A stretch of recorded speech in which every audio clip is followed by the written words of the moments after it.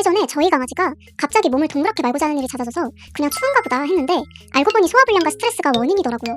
그때 미리 알았더라면 더 빨리 도와줄 수 있었을 텐데 하는 아쉬움이 정말 컸어요. 사람의 경우에도 스트레스를 많이 받은 날은 뒤척이며 잠을 못 주무시는 경우가 많잖아요. 강아지도 몸이 불편하거나 스트레스를 받은 경우 자는 모습에서 알 수 있는 경우들이 많아요.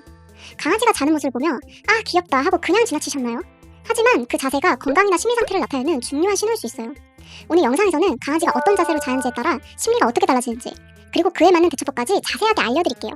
지금 강아지가 자고 있다면 이 영상과 함께 자세를 한번 체크해보세요. 강아지의 경우 하루에 반나절 이상을 잔다고 하는데요. 특히 어린 강아지와 노견의 경우 3분의 2 이상을 잔다고 합니다. 그런데 헬스 경향 기사에 따르면 사람의 경우 얕은 잠을 자는 경우가 25%인 것에 비해 강아지들은 75에서 80%나 된다고 해요. 강아지들이 많은 시간을 자는 것처럼 보여도 대부분 얕은 잠을 잔다는 거죠. 또한 네이처 저널의 연구에 따르면 강아지의 수면 부족은 활동 패턴에 부정적인 영향을 미치며 불안 유사 행동을 증가시키고 인지 기능을 저하시킨다고 해요. 사람의 경우에도 숙면을 취하지 못하는 날에는 하루 종일 피곤하고 집중도 잘 안 되잖아요. 강아지의 경우에도 스트레스로 인한 헛구역질이나 지나친 침 흘림, 소화 문제 등 건강 문제로 이어질 수 있다고 해요.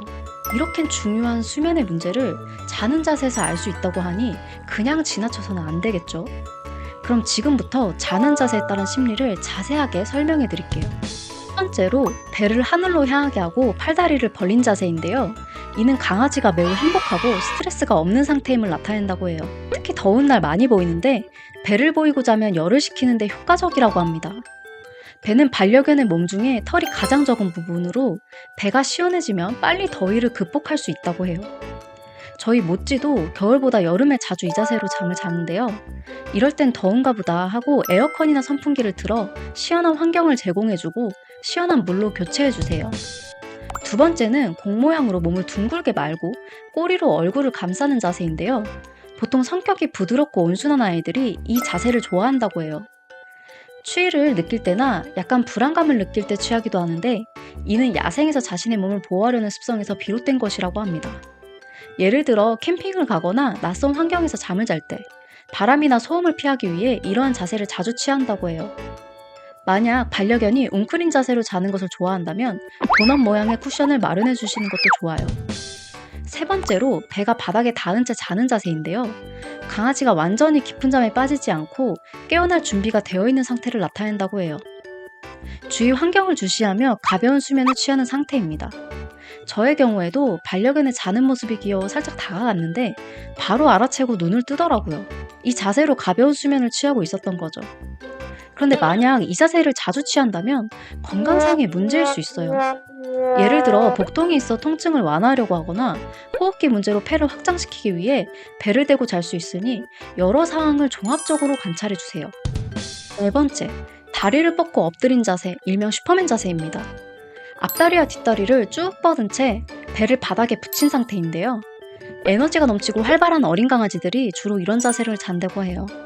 잠이 깨면 곧바로 일어나서 놀기에 가장 적합한 자세이기 때문이죠. 또 반려동물 매거진 애니멀톡에서는 슈퍼맨 자세로 자는 모습이 대형견보다는 중소형견에게 많이 보인다고 하는데요. 대형견의 경우 관절이나 근육의 두께, 뼈의 형태 등의 이유로 이 자세가 편하지 않다고 합니다. 그리고 날씨가 더울 때 차가운 바닥에 배를 대기 위해 많이 보이는 자세라고 하니 온도가 너무 높지 않은지 체크해 주시면 좋을 것 같네요.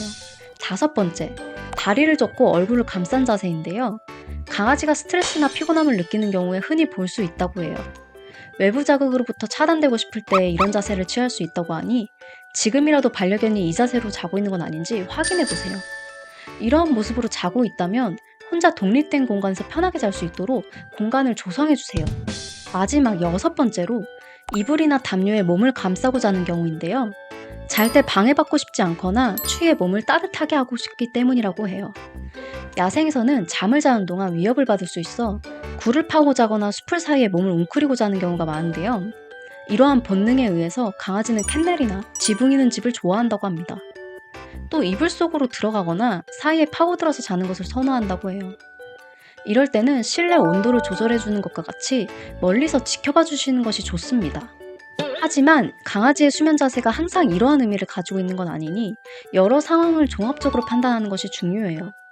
예를 들어 이불 속에 파묻혀 자는 강아지는 단순히 따뜻함을 추구하거나 환경 변화에 적응하는 과정일 수 있어요. 그래서 강아지가 자는 자세를 관찰할 때는 평소 생활 습관과 행동 변화까지 함께 살펴보는 게 중요한데요. 강아지가 웅크려 자면서 식욕이 떨어지거나 산책을 싫어하는 경우 건강검진을 고려해 볼 수 있어요. 또한 편안한 수면 환경을 만들어주는 것도 중요한데요.